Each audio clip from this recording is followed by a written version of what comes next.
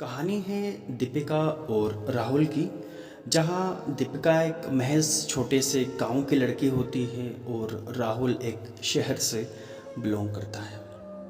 दोनों की सगाई को महज एक महीने ही हुआ था कि दोनों के घर वालों ने दोनों की शादी का फैसला ले लिया था। दीपिका एकदम घबराई हुई थी क्योंकि इतनी जल्दी सब कुछ हो गया था कि उसे कुछ समझ ही नहीं आ रहा था। दीपिका के मानो पैरों तले ज़मीन खिसक गई जब घर वालों ने उसे बताया कि अगले ही महीने उसकी शादी राहुल के साथ होने वाली है। राहुल कौन है, क्या करता है, इसके बारे में दीपिका को कुछ भी पता नहीं था, क्योंकि गांव की लड़कियां अधिकतर गांव तक ही सिमट कर रह जाती है और एक महीने में इससे ज़्यादा दीपिका कर भी क्या सकती थी। हाल ही में शादी की तैयारियां दोनों तरफ से शुरू होने लग गई थी। राहुल भी काफ़ी एक्साइटेड था शादी को लेकर के, और वहीं दीपिका बहुत ज़्यादा परेशान। दीपिका की परेशानी का कारण ये भी था क्योंकि वो राहुल के बारे में कुछ भी नहीं जानती थी कि राहुल कौन है और राहुल करता क्या है, राहुल का कैरेक्टर कैसा है, राहुल का स्वभाव कैसा है। दीपिका अंदर से डरी हुई थी, सहमी हुई थी, मानो एक एक दिन एक एक पल दीपिका का खतरों से भरा नजर आ रहा था। शादी की तारीख तय होते ही 15 दिसंबर को शादी फिक्स हुई। शादी की रात, आने वाली सुहाग रात, नाम सुनकर ही मानो दीपिका को सांप सूंघ गया हो। शादी तक तो जैसे तैसे दीपिका तैयार हुई, लेकिन जब उसे पता चला कि आज उसकी सुहागरात है तो मानो उसको सन्नाटे से भर गया। दीपिका आज पहली बार राहुल से मिलने वाली है क्योंकि आज दोनों की सुहागरात थी। दीपिका अंदर से डरी सहमी सी रात को 9 बजे जैसे ही उस कमरे में की तरफ जाती है जो फूलों से, गजरों से सजा हुआ था, जहां दोनों की सुहागरात की तैयारियां लगभग पूरी हो चुकी थी।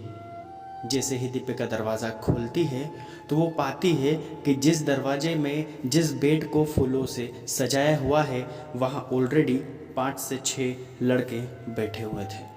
दीपिका एक कदम सहमे से आगे बढ़ाती है और मुड़कर बाहर आ जाती है। दीपिका को कुछ भी समझ नहीं आता है कि आखिरकार ये हो क्या रहा था। आखिरकार जिस कमरे में राहुल को होना चाहिए वहाँ 5 लड़के क्या कर रहे थे।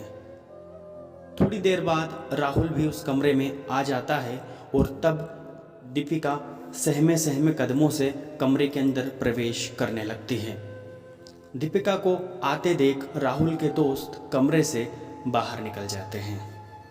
अब वो समय आ गया था जब राहुल और दीपिका के बीच में प्यार भरी बातें शुरू होने वाली थी। दोनों कुछ कहते सुनते, दीपिका राहुल को समझ पाती, जानने का प्रयास करती। इससे पहले ही बाथरूम का दरवाज़ा खुलता है। दीपिका और ज़्यादा डर जाती है क्योंकि दोनों को बातें करते करते लगभग 20 से 25 मिनट हो चुके थे। जब राहुल और दीपिका अपने कमरे के अंदर बातें कर रहे थे तो आखिरकार बाथरूम में कौन था। जब बाथरूम का दरवाज़ा खुलता है तो वहाँ से एक और लड़का राहुल की तरफ इशारा करते हुए बाहर चला जाता है। ये सब चीज़ें देखकर दीपिका कुछ भी नहीं समझ पाई थी कि आखिरकार उसके साथ हो क्या रहा है।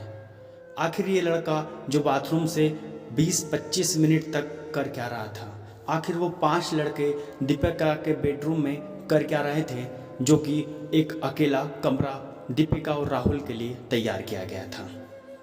अब दीपिका की आंखें डर से भर गई थीं, उसका चेहरा डर से सिसक रहा था। दीपिका को कुछ भी समझ नहीं आ रहा था। उसे अब ये भी समझ नहीं आ रहा है कि उसकी शादी जिस लड़के राहुल से हुई है वो सही है या गलत, क्योंकि जिस तरीके से राहुल के दोस्त बाथरूम से निकल रहे थे, राहुल के दोस्त बेडरूम वाले कमरे से निकल रहे थे, दीपिका सन्नाटे में हो गई थी। इन सब चीज़ों को देखकर दीपिका ने राहुल से सवाल करना शुरू कर दिया। दीपिका ने जब राहुल से पूछा कि आखिरकार तुम्हारे दोस्त इस कमरे में क्या कर रहे थे, तो राहुल ने हंसते हुए जवाब दिया कि कोई बात नहीं, दोस्त हैं, इतना तो चलता है। दीपिका को कुछ भी समझ नहीं आ रहा था। दीपिका कुछ कहने वाली थी, इससे पहले ही राहुल ने दीपिका से कुछ कहा। आखिरकार राहुल ने दीपिका से क्या कहा, दीपिका राहुल को समझ भी पाएगी या नहीं, ये सब आपको मिलेगा अगले पार्ट में। तो अगले पार्ट देखने के लिए हमारे चैनल को ज़रूर सब्सक्राइब करिए। चलिए मिलते हैं अगले पार्ट में।